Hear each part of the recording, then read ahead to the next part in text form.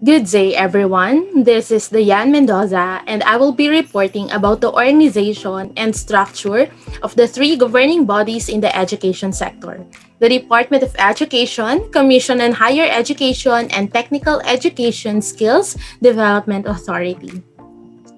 Let us start with the Department of Education, abbreviated as DepEd. In Filipino, it is Kagawaran ng Edukasyon. It was mandated through Republic Act 9155, known as the Governance of Basic Education Act of 2001. It is the executive department of the Philippine government responsible for ensuring access to, promoting equity in, and improving the quality of basic education. It is the main agency tasked to manage and govern the Philippine system of basic education. It is the chief formulator of Philippine education policy and responsible for the Philippine primary and secondary school systems. This is the DepEd's vision. The first part of this vision means that the institution dreams of producing students who have love for their country and skilled enough to contribute to their country's progress. On the second part, the concept of learner-centered and continuously improving was emphasized. That is, learning must be done by the students, and teachers must only facilitate learning, which requires the active participation of the learners while doing or delivering the lesson. DepEd's mission is to protect and promote the right of every Filipino to quality, equitable, culture-based, and complete basic education. This mission sees to it that every learner must have access to education. The environment from where the learning happens must be conducive, child-friendly, gender-sensitive, and safe for the learners. The teachers should facilitate learning and constantly nurture every learner. Even administrators, staff, and non-teaching personnel must see to it that the school is very enabling and supportive for effective learning.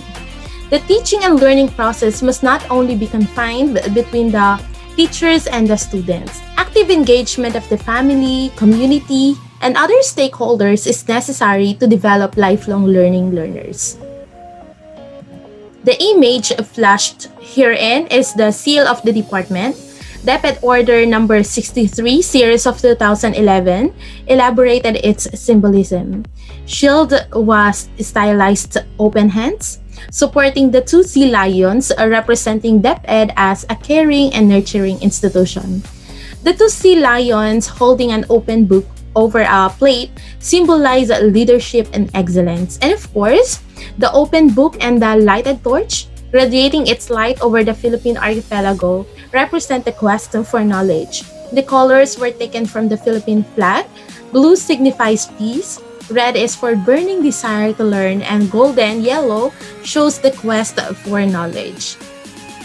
Let us now proceed to the central office organizational structure. This one is in the DepEd Order Number 52, Series of 2015, entitled New Organizational Structures of the Central, Regional, and Schools Division Offices of the Department of Education. This is the overview of the organizational structure of the department's central office. On top is the Office of the Secretary or OSEC. This includes the OSEC proper, Office of the Undersecretaries and Assistant Secretaries. The department is currently led by Secretary Leonor Briones, the current Secretary of Education, who was nominated by the President of the Philippines and confirmed by the Commission on Appointments. On the other hand, the undersecretaries and assistant secretaries assist the secretary in the formulation and implementation of department policies, plans, and programs. Under are these two.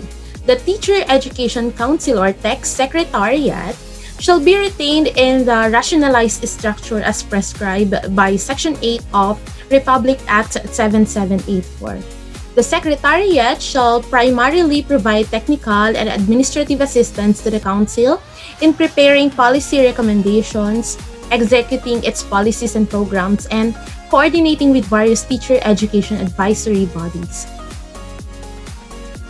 The other one is the Internal Audit Service, which serves as the watchdog of the department through appraising existing procedures and related matters as to efficiency and adequacy, and detecting and preventing frauds or dishonesty in verifying the extent of compliance in a protective nature to the extent possible. Next are these three strands. First, the curriculum and instruction. It ensures that the organization focuses on the delivery of a relevant, responsive, and effective basic education curriculum around which all other strands and offices provide support. Here we have four offices: the Bureau of Curriculum Development, Learning Delivery, Education Assessment, and Learning Resources. Second, finance and administration.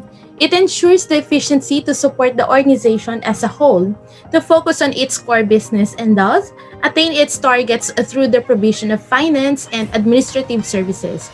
Here we have finance, administrative, and procurement management services. Third, strategic management. It enables the organization to focus on long-term directions and interface with the internal and external environment and stakeholders. Under this are planning, public affairs, ICT, external partnerships, and DRR services. Moving forward, these two come next. Legal and legislative affairs enhances capacity of organization to deal with legal matters and to be proactive in its legislative agenda. The legal service provides legal advice. It develops and manages the strategic framework on the provision of legal services to guide the operations of the legal offices for the department. And of course, the governance and operations of functions.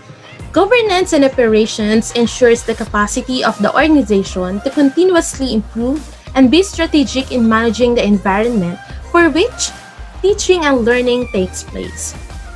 In accordance with Republic Act 9155, the Secretary of Education delegates the supervision of field offices, regional and schools division offices to the Undersecretary supervising the governance and operations strand.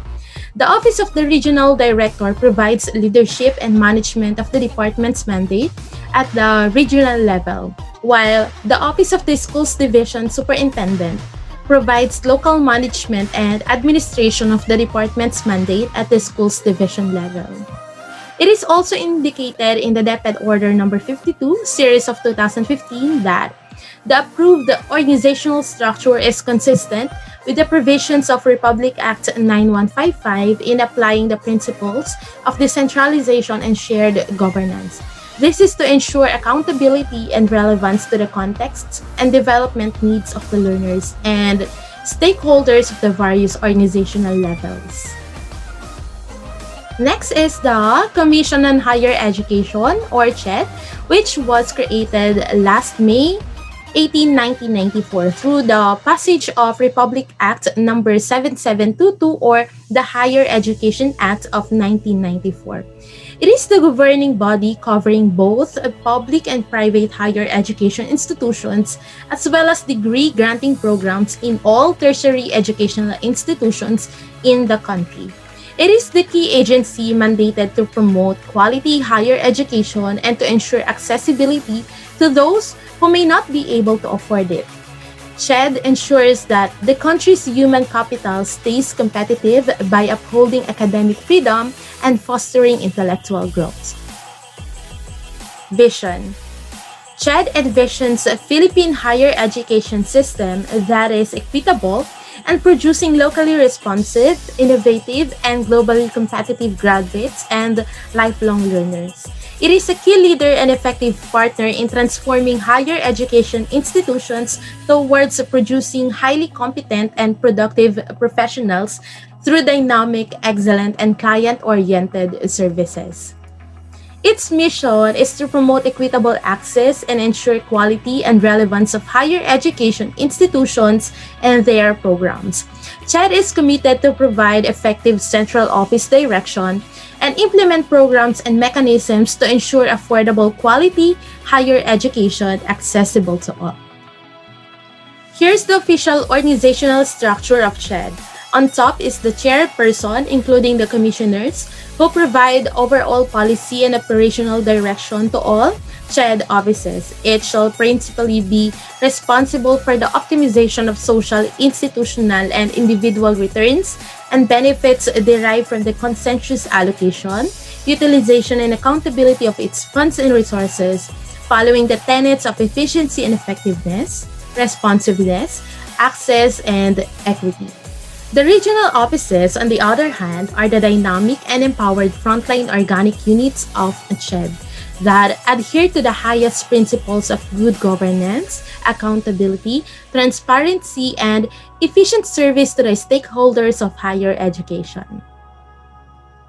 Last, the Technical Education Skills Development Authority, or TESDA. It is the government agency tasked to manage and supervise technical education and skills development in our country, the Philippines.